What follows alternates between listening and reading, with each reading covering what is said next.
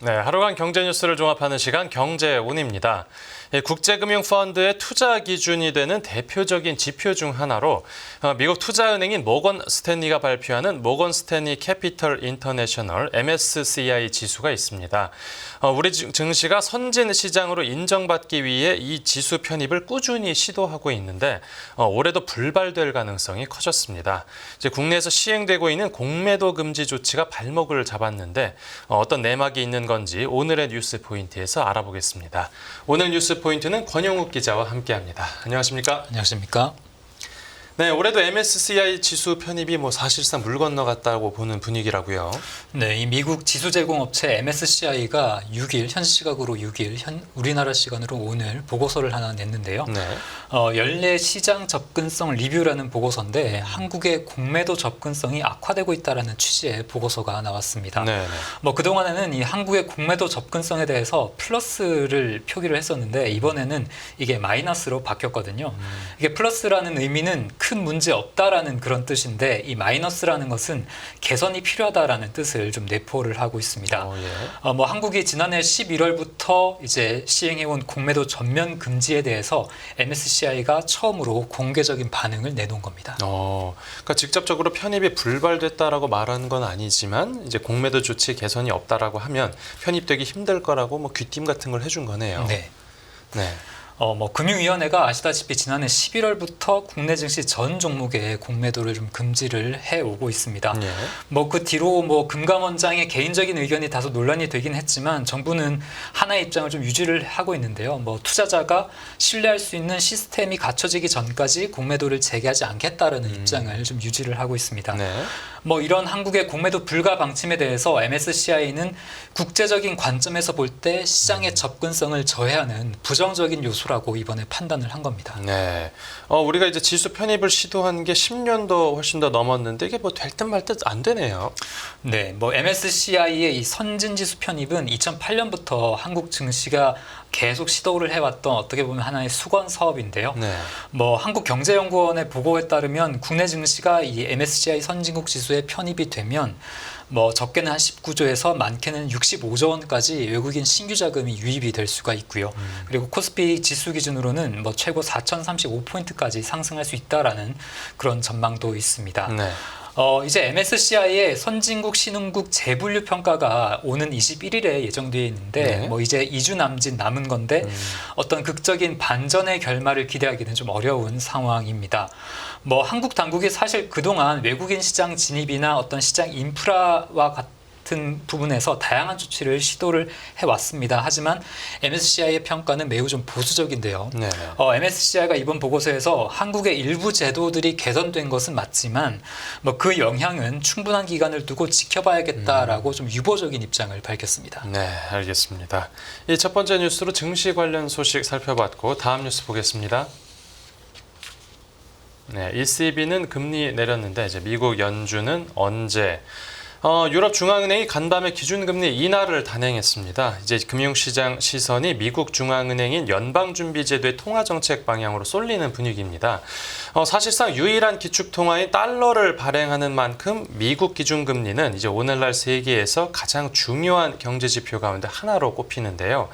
이번 주 유럽 중앙은행의 결정이 앞으로의 연준 스탠스에 어떤 영향을 줄지 짚어보겠습니다. 이 투자자들의 바람대로 미국 연준이 유럽 중앙은행을 따라서 곧바로 기준금리 인하 조치에 나설 가능성이 있는 겁니까? 말씀하신 대로 이제 ECB가 주요 중앙은행 가운데 처음으로 한 2년 만에 정책 방향을 틀었습니다. 네. 하지만 이 미국 연준이 이것을 곧바로 따라서 금리를 내리기는 좀 어려울 것이다라는 평가가 지배적인데요. 네. 미국의 물가나 임금 그리고 경기 변화 추이 같은 펀더멘털이 유로존과 좀 근본적으로 다르기 때문입니다.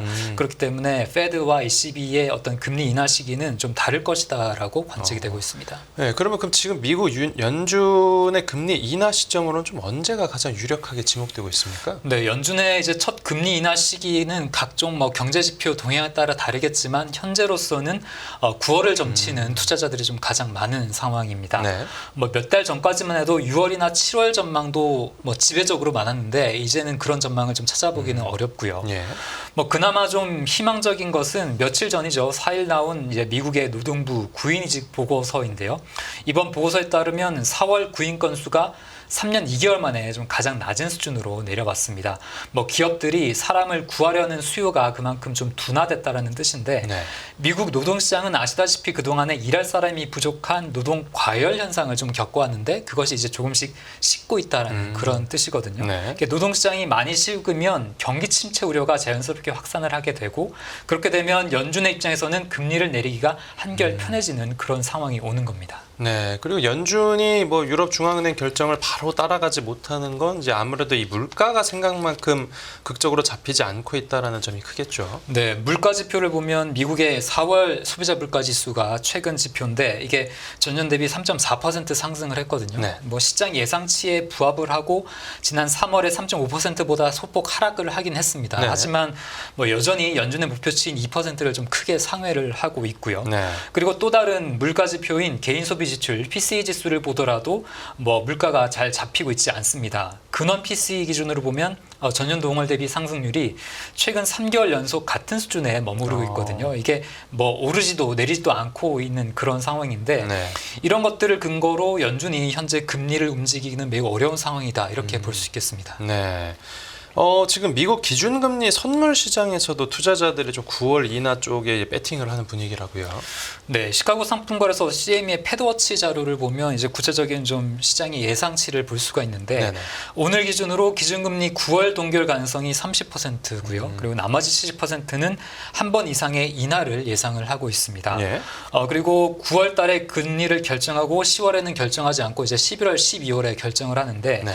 11월에 대한 예상은 금리 동결 확률이 19% 그리고 나머지 81%는 최소 한 차례 이상의 인하를 그렇게 좀 바라보고 있고요. 네네. 그리고 12월에는 금리 동결 확률이 더욱더 낮아져서 5%에 그치고 있고 나머지 95%는 한 번 이상의 인하를 점치고 있습니다. 그러니까 9월이 아니더라도 올해 안으로 한 번 정도는 인하를 할 것 같다라고 보고 있는 거군요. 네. 이 연준이 물가를 핑계로 좀 이렇게 금리 인하에 대해서 신중한 자세를 보이고는 있는데 이 고금리가 또 너무 길어져도 이 미국 경제에 부정적으로 작용하는 거 아니겠습니까? 맞습니다. 이 고금리 기조가 이어지게 되면 당연히 소비가 위축이 되게 되고요. 소비가 위축되면 기업 입장에서는 생산량을 줄일 수밖에 없습니다. 그러니까 생산 감소가 계속 이어지면 경기는 하강 국면으로 들어가게 되고 그것이 심해지면 경기 침체까지 이어지게 되는데 네. 아시다시피 지금 미국이 대선을 앞두고 있습니다. 이런 시점에서 어떤 경기 침체 위험을 감수하면서까지 고금리를 이어가겠느냐라는데 다들은 좀 회의적인 반응을 보이고 있습니다. 네. 그리고 오늘 밤에 나오는 그 고용 지표도 한번 지켜보겠습니다. 네. 유럽과 미국 통화 정책 관련 이야기 들어봤고 다음 뉴스 보겠습니다. 네. 다 바꿔라고 했는데 이제 위기감 고조된 삼성전자. 이 마누라와 자식만 빼고 다 바꿔라. 고 이건희 삼성선대 회장의 이른바 신경영 선언입니다. 그리고 이 선언대로 삼성이 마누라와 자식 빼고 다 바꾼 결과 어느덧 세계적인 기업으로 우뚝 섰는데요. 하지만 재계 안팎에선 삼성전자의 최근 위기 상황이 이 신경영 선언 이전으로 돌아갔을 만큼 심각하다고 보고 있는데 그 관련 내용 살펴보겠습니다. 오늘이 삼성이 신경영을 한 지 31주년이 됐다고요. 네, 맞습니다. 뭐 삼성전자를 비롯한 어떤 삼성 계열사들이 작년과 마찬가지로 뭐 별다른 행사 없이 뭐 오늘을 좀 보낼 것으로 그렇게 알려졌는데요. 예. 하지만 이 삼성 안팎에서는 이 국제화 시대에 변하지 않으면 영원히 2류나 2.5류가 될 것이다라는 이건희 선대회장의 당시 선언에 좀 주목하는 분위기가 나타나고 있습니다. 네, 뭐 아무래도 지금 삼성전자의 악재들이 몰린 영향 때문이겠죠. 네, 뭐 대외적으로 보더라도 일단 글로벌 경기 침체 우려가 있고요. 그리고 지정학적 리스크까지 좀 겹쳐지면서 경영 불확실성이 어느 때보다 높아진 상황입니다. 네. 거기다가 이제 주력해오던 반도체 사업을 보면 작년에만 15조 원에 육박하는 좀 적자를 냈고요. 그리고 반도체 이 시장이 최근 하강 국면에서 벗어나긴 했지만 삼성전자 입장에서 봤을 때는 이 AI 시장의 확대로 수요가 급증한 이 고대역폭 메모리 HBM 대응이 늦어서 SK하이닉스의 주도권을 뺏긴 그런 상황입니다. 네. AI 반도체 시장의 큰 손인 이 젠슨 황 엔비디아 CEO가 그 최근에 삼성전자의 HBM 품질 테스트 통과 실패 소문에 대해서 아니다라고 말을 하면서 삼성 입장에서 한숨을 돌리기는 했습니다. 하지만 업계에서는 이 젠슨 황의 발언이 삼성의 엔비디아 공급이 임박했다라는 신호라기보다는 이 젠슨 황이 그냥 원론적인 수준에서 발언한 것 아니냐라는 시각이 조금 더 힘을 받고 있습니다. 그러니까 이 HBM 사태 논란은 뭐 그냥 한숨 돌리긴 했는데 문제가 이것만 있는 게 아니죠. 그렇습니다. 이 반도체 위탁 생산이죠. 파운드리 분야를 보더라도 이 1위인 TSMC와의 격차를 좀처럼 좁히지 못하고 있고요. 네. 거기다가 이제 후발업체인 인텔마저 좀 가빠르게 쫓아오고 있는 그런 상황입니다. 예. 그리고 그리고 모바일 부문을 보면 지난해 글로벌 스마트폰 출하량 1위 자리를 애플에 내주었습니다. 네. 뭐 올해 1분기 들어서 이제 갤럭시 S24 시리즈가 첫 AI 폰이다라고 해서 좀 선전을 하고는 있는데 그래도 긴장의 끈을 놓기가 좀 어려운 그런 상황이고요. 예.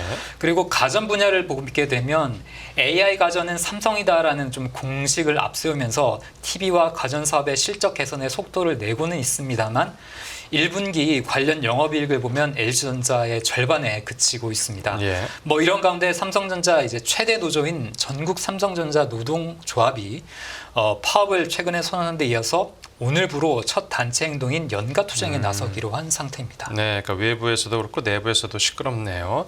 이 삼성을 둘러싼 이번 위기를 이제 어떻게 돌파하는지를 두고 이재용 회장의 리더십이 이제 시험대에 올랐다라는 평가도 나온다고요. 네, 맞습니다. 이제 이재용 회장 입장에서는 지난 2월에 경영권 불법 승계 의혹 사건의 1심에서 무죄를 받았기 때문에 이 한결 부담을 던 측면이 있습니다만 네. 아직 항소심이 남아있기 때문에 이 사법 리스크가 완전히 해소됐다고 보기는 어렵고요. 네. 그리고 이재용 그리고 삼성물산, 삼성생명, 삼성전자로 이어지는 어떤 이 삼성의 수직적인 지배 구조도 좀 개선해야 될 과제로 꾸준히 지적이 되고 있는데 삼성 입장에서는 아직 별다른 해법을 찾지 못하고 있는 상황입니다. 네, 알겠습니다. 네, 오늘 뉴스 포인트는 여기서 정리하겠습니다. 잘 들었습니다. 감사합니다.